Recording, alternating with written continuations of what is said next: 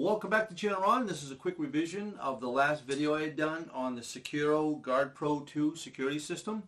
And one of the problems that we had, not a big deal, was I told you to go ahead and download the iHomeCam app. And that's what it says to do here in the manual.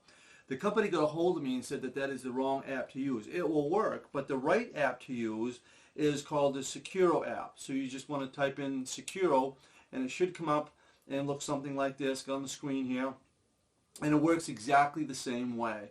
Go ahead and click device, go ahead and scan the back of the device like we did the last time. Once it's scanned, you type in the password of the device, and let's see if I can remember what it was now. I think it's 1 2 3 4 5. You hit OK, and then it should go ahead and load the device, and it has. So we go ahead and we hit view the device, and it should be coming up here anytime.